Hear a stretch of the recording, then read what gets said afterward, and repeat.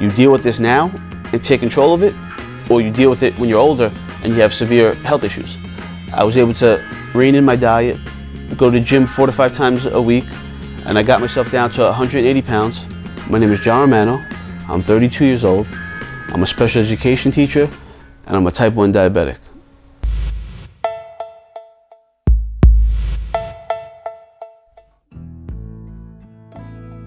I was officially diagnosed type 1 diabetic the day after my 14th birthday.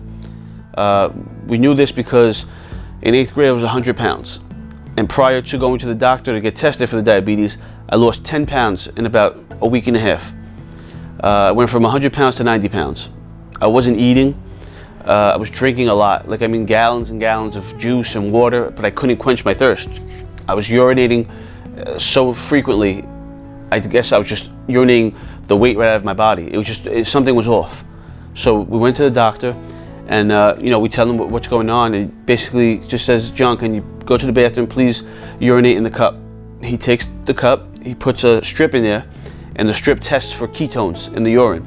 And immediately he tells me, there's ketones in your urine, which basically means there's sugar in your urine, and that's why your body is urinating so much, just trying to get the extra sugar out of the body.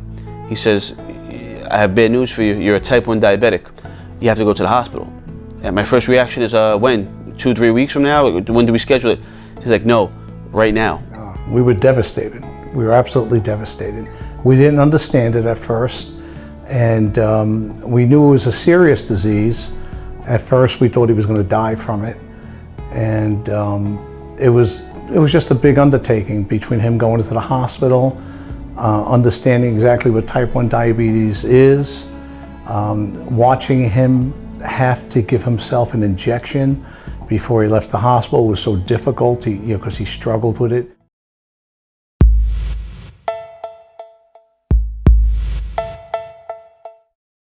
Diabetes, most importantly, and this is something I think that a lot of parents and children think about but really never ask, and that is that it's no one's fault.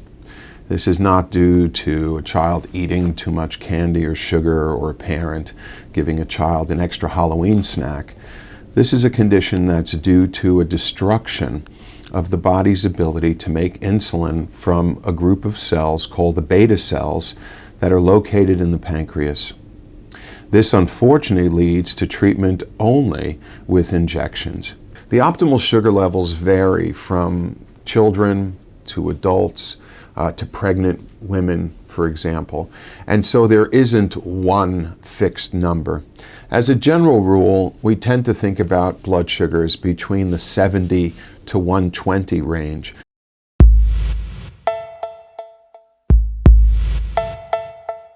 In my everyday life, I deal with hypoglycemia a lot more often because I exercise a lot and I keep such great control of my diabetes that my sugar tends to drop. So the hypoglycemia, basically all you have to do for that, I carry sugar with me all the time. I'll have either maybe an apple juice, fruit snacks, some type of sugar, because hypoglycemia can happen in the snap of a finger. Once, when I was teaching, about my 3rd year of teaching, I was doing home instruction, which basically is when teachers go to a student's house to teach them. I left school around 3 o'clock. And in Jersey City, where I work and live, one of the main roads is Kennedy Boulevard. So I start off at 3 o'clock going right on Kennedy Boulevard towards my home instruction case. Next thing I know, it's about 4:45 and I'm awoken by someone's tapping on my window. I'm passed out in my car, soaking wet from sweat. It's the middle of winter and it's 4:45. So I basically lost an hour and 45 minutes. I don't know what happened, but I ended up on the left side of Kennedy Boulevard. So within that lost hour and 45 minutes, somehow I got from one side of Kennedy Boulevard to the other side. I was able somehow to park my car. I don't know how I did it. I say there had to be a guardian angel with me that day because Kennedy Boulevard around 3 to 4 o'clock is extremely packed. So I don't understand how I got to the other side of the boulevard without crashing into somebody, hitting a kid. I don't know how I did, but somehow it happened. But that was like my first real, where I looked at the, real incident where I looked at the diabetes and like, this is very serious. I have to keep an eye on this because I can not only hurt myself, I can really hurt somebody else. Hypoglycemia is defined as a blood sugar that is low. Now, hypoglycemia typically occurs as a result of either too much physical activity. Not that physical activity is bad for you, but one of the unfortunate challenges of people with diabetes is having to think about their exercise, recognizing that once they've done more exercise than anticipated, that blood sugars may go down. Similarly, if they eat less than they anticipated and have taken insulin to match what they thought they were going to eat, that too can drive down blood sugar levels to hypoglycemic range. One very important thing to keep in mind, however, is that when somebody has hypoglycemia, that can be a life-threatening situation that people have to be very vigilant about, because too low of a blood sugar can make the body lose its ability to function and ultimately sustain brain damage. Fortunately, that's very rare. Now, on the hyperglycemia side, that occurs when there isn't enough insulin given, or there are more carbohydrates in particular that are consumed by the patient without having enough insulin, or anticipation of exercise that didn't take place, which normally would drive down the blood sugar. Here we're in a situation where the blood sugar is more elevated. So that's hypo and hyperglycemia.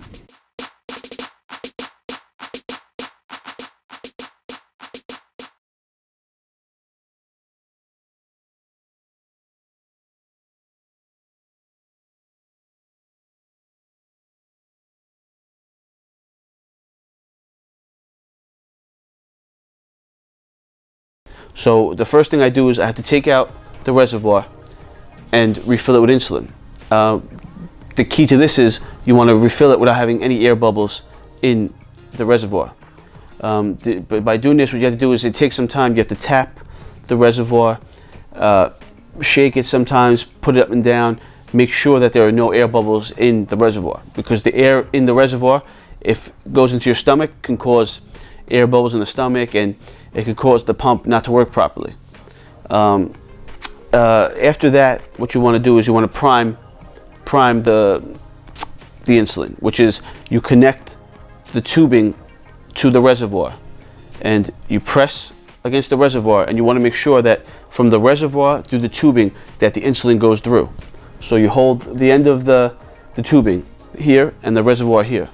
And when you press the reservoir, you have to make sure that you can see the insulin go through the tubing and out. After that, what you have to do is you have to take out the pump, the reservoir, it's the infusion set that is in your stomach.